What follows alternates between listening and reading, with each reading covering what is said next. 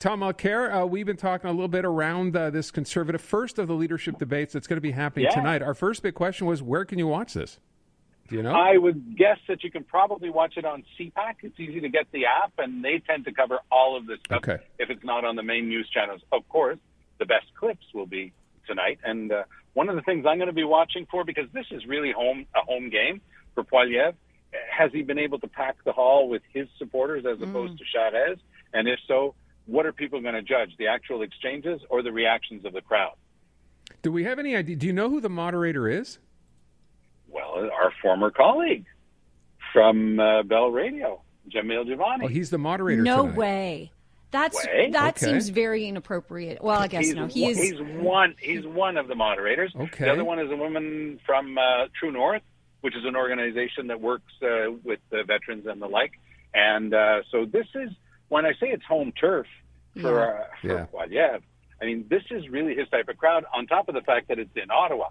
Now, Charest is a good organizer. His crowd, will be there. He'll have some of his people in the hall. But ideologically speaking, the whole thing is being set up to be very friendly for Poilievre. Now, Patrick Brown, interestingly enough, has taken a pass.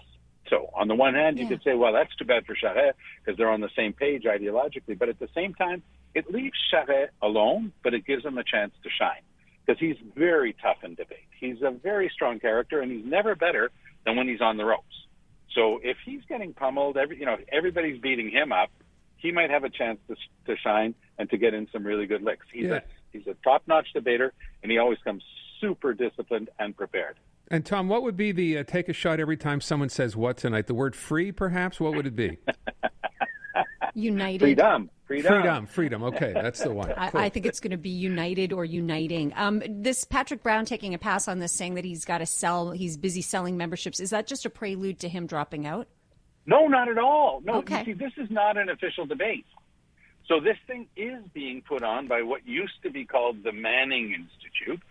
Manning in question being, of course, Preston Manning. Okay. And now they're changing their name as Jamil Jivani's coming into this thing.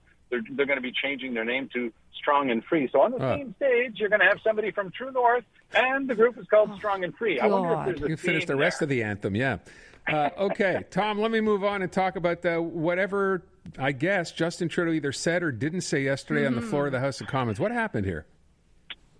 Well, I have every reason to believe John Brassard, when he went out in front of the cameras and gave great detail in chapter and verse on what Trudeau said.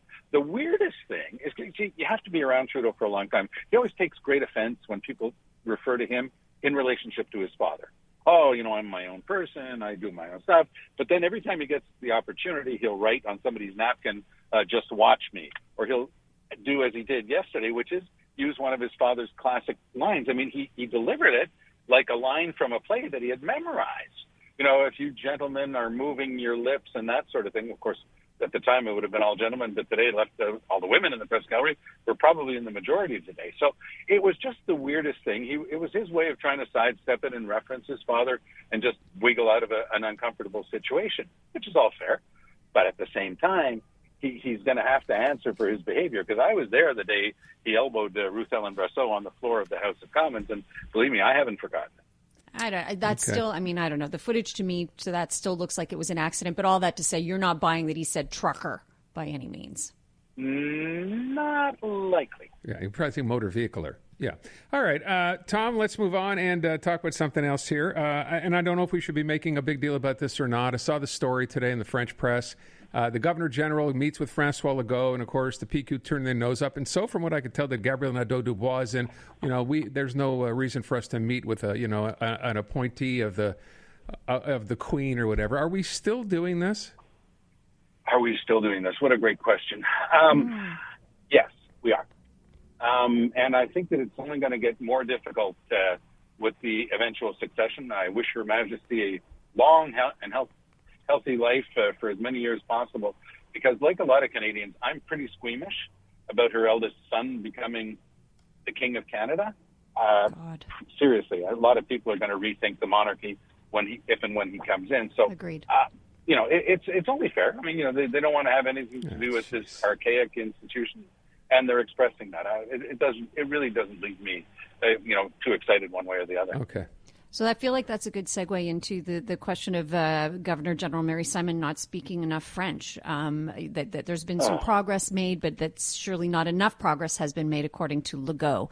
Look, this has been a constant problem with Mr. Trudeau because he talks such a good game on official languages, and then he just got blasted by the courts in New Brunswick. By the way, there is, of the 10 Canadian provinces and territories, there's only one that's officially bilingual. 10 provinces and 3 territories. It's New Brunswick. It's the only officially bilingual province. Yes. And so when he named the lieutenant governor, which is like the provincial equivalent of the governor general, when he named the lieutenant governor, he named a unilingual anglophone. And the judge in the case said, I'm not going to cancel all of the orders that the unilingual governor, lieutenant governor has signed because that would create chaos. But really, like, this is illegal. This is an officially bilingual province. You cannot have a unilingual Anglo lieutenant governor. And that was Trudeau who named her. And so it's the same thing here. He was going for the symbolism. It was important symbolism. I'm not denying that, to have somebody from our First People, the Inuit, Métis, and First Nations from across Canada are justifiably very proud of Mary Simon. But a lot of people still can't understand why we weren't able to find a really good representative of those First Peoples who could also speak French. I just feel, for me, she is bilingual. I would like to point out she speaks English and Inuktitut, and I think I didn't say she wasn't bilingual. I just said she can't speak French. I know, but to me, that trumps her being able to speak French. What that represents? Not in a country that has 2 official languages, and you can't keep saying, because it depends on who's doing what.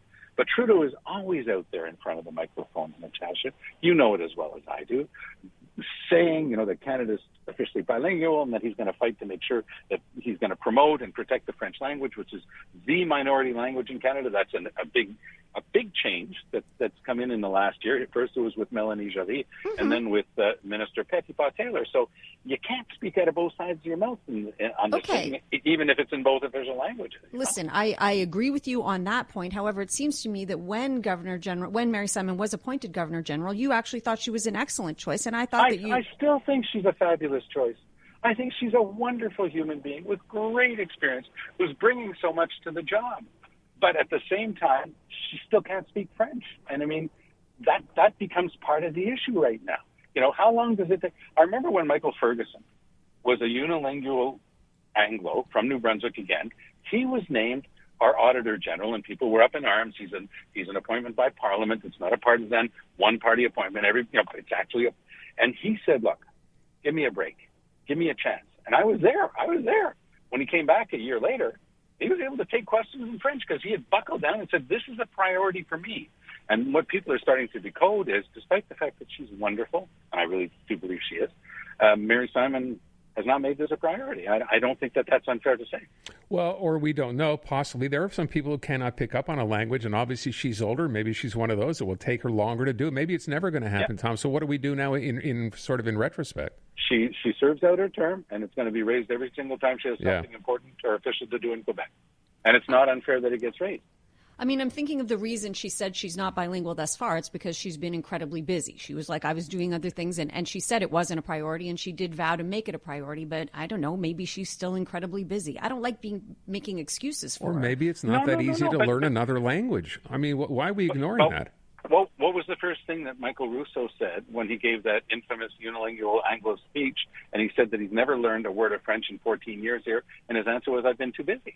So the way that's heard, it's not just what people say, it's how it gets It's perception. Heard. You're right. And it gets heard as, it's not a priority. That's it's a good point. Yeah. I'll It is a good point. I'll take that one, Tom. You're off the hook, Tom. Natasha's letting you off the hook. Okay. Thank you. Give me your quick take here on how many extra Montreal police chiefs we have here. I'm kind of trying to follow along. Well, I think that, first of all, having, for the first time, a woman heading up the Montreal police is great news. It shows that particular glass ceiling is starting to give way as well. So very good news there. Hiring Prudhomme in a very important role. This guy was so hard done by. The treatment of some of the most senior people in the Sûreté du Québec is an absolute scandal. And by the way, there was an important court decision that got very little coverage just 3 weeks ago, where the Quebec government was not only ordered to reinstate all of their payments and all of the money that they had lost, They were ordered. This is very, very, very rare in Quebec. In other provinces, it exists more. But here in Quebec, the government was ordered to pay not just the court costs, you know how that works, but to pay actually the lawyers 100% of the lawyers' fees of these people who had all been really badly mistreated by the Sûreté du Québec. That all had to be paid. And I think that it's an indication that how we treat our senior police in Quebec, in theory, because Mr. Legault came in saying, I want to make sure that these are appointments of the National Assembly. I don't want any political fooling around with this anymore. And then he went and did the exact opposite, as he so often does. Okay. By the way, that she is the interim police chief and has already said, right, Sophie Dubois, she is not going to be the police chief. If you asked her to, she doesn't want the job. So that's worth pointing out as well. That's her career choice, but I do think that she's eminently qualified. Yeah. And it's another first for women in policing. And if you look at the numbers, there are a lot more and more, and it's really a wonderful change. When I went to law school, there were about 1/3 of my class was women. I had a friend who was just 10 years older than me, and when that person went to law school, there were 2 women in the whole law school. So it's really changing fast in a lot of those professions, and policing, I think, was one of the last ones to really start to move in that direction. I completely respect Sophie Roy's decision, but I can't help but wish it were other. I mean, I wish she would become the permanent police chief. I agree with you. Wonderful. I agree with you. Tom, thank you very much. And don't forget, every time someone says the word freedom tonight, don't forget to take a shot. All right.